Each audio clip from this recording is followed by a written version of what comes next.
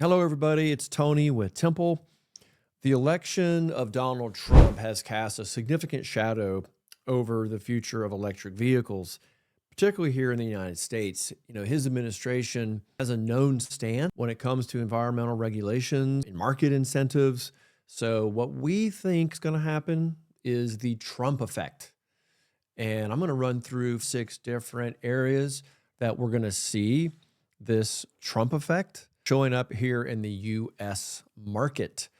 Number one, it's going to be the rollback of EV incentives.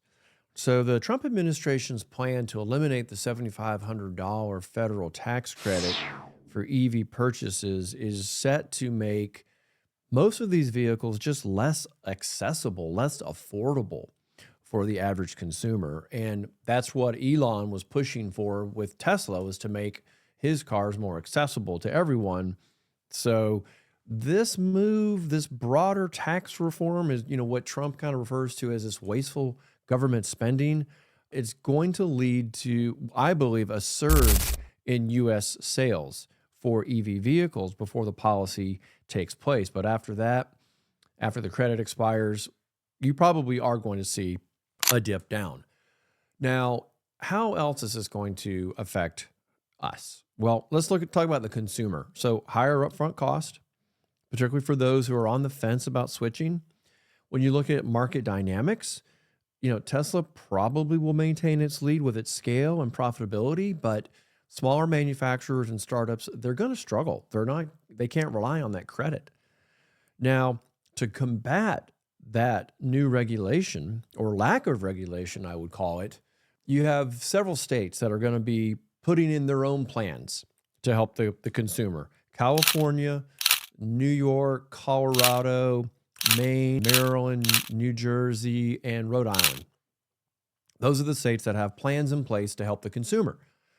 Now, number two, we're going to see a relaxation of emission standards. So, his history really suggests wants less stringent emission standards. So, yes, more freedom for automakers to continue producing high emission vehicles, but the Trump effect really is going to push the manufacturers away from EV to a cost benefit, where it shifts back to internal combustion engines, or ICE engines. So essentially, we're looking at a return to 2019 policy. So yes, it's going to save automakers money, but will the gains that the environmentalists have made, will that suffer? Will they take some steps back? Obviously, there won't be as much reduction in carbon footprint when it comes to that. The third area we're going to see in the Trump effect is the actual impact on EV manufacturing, particularly here in the States, because you're going to have a much less supportive federal stance on EVs. So manufacturers might reconsider their investment in EV production.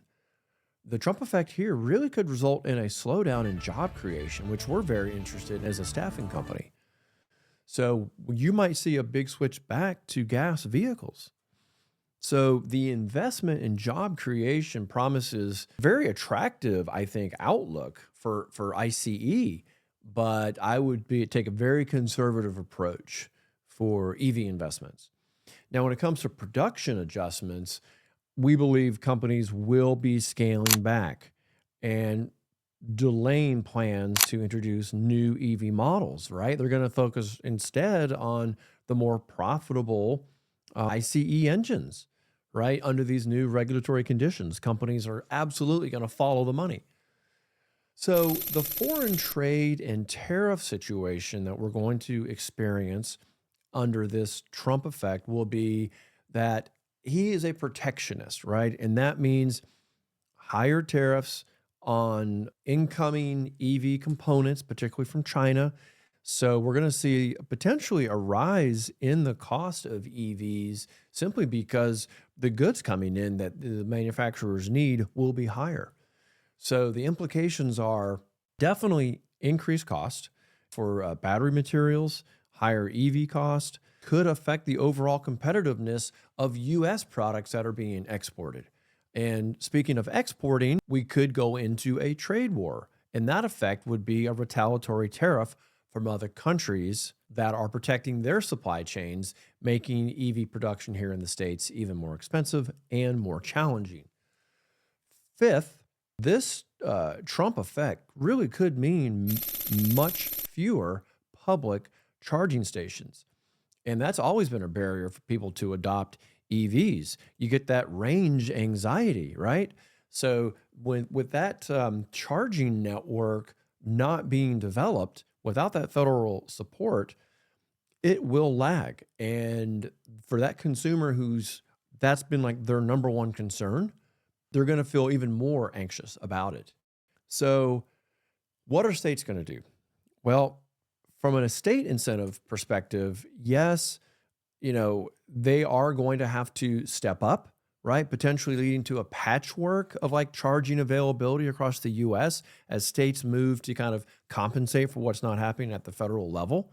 From an alternative energy focus, we're going to see investments shift back toward fossil fuels, which will indirectly slow EV growth, right? It's just not going to be supporting the clean energy ecosystem. So finally, if I had to just put this all into perspective for you, the Trump effect for the EV trends in 2025, I would say we're just going to, we predict a level of stagnation or regression in the EV sector.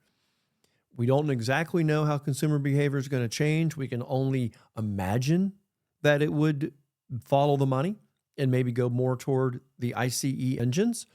We don't know exactly what individual states will do, but they have hinted that they are going to be making policy changes, funding additional charging stations, or even giving their own type of tax credits. We're going to have to just kind of wait and see exactly how it shakes out. But if you had to look ahead with a crystal ball, I think those 6 areas you could definitely count on seeing come to fruition.